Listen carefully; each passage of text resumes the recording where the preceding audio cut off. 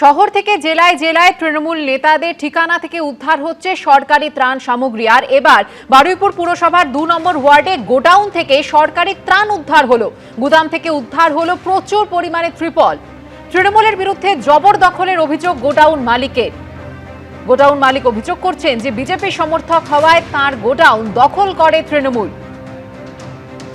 বারুইপুর পুরসভার 2 নম্বর ওয়ার্ডে ঘটল এই ঘটনা, যেখানে গোডাউন থেকে সরকারি ত্রাণ উদ্ধার হয়েছে, গোডাউন জবরদখল করা হয়েছে এবং সেখানে মজুত করা হয়েছে সরকারি ত্রাণ।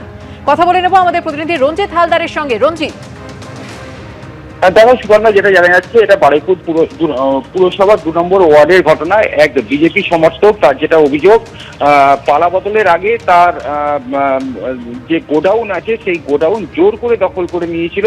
তার অভিযোগ জয়ন্ত ভদ্র, যিনি জেলা পরিষদের সদস্য, তার বিরুদ্ধে অভিযোগ যে দীর্ঘদিন ধরে তার গোডাউন দখল করে নিয়েছিল। পালা বদলের পর গতকাল রাতে তার গোডাউন তিনি নিজে যখন খুলতে যান, সেই সময় গোডাউন খোলার পরেই দেখেন যে ভিতরে প্রচুর পরিমাণে ত্রিপল মজুত করে রাখা হয়েছে, যেখানে চলতি বছরের ত্রিপলে আছে এবং পুরনো প্রচুর পরিমাণে ত্রিপল মজুত করে রাখা হয়েছে।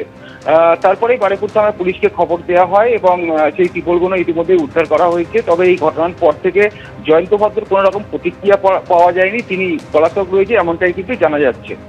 ধন্যবাদ রঞ্জিত।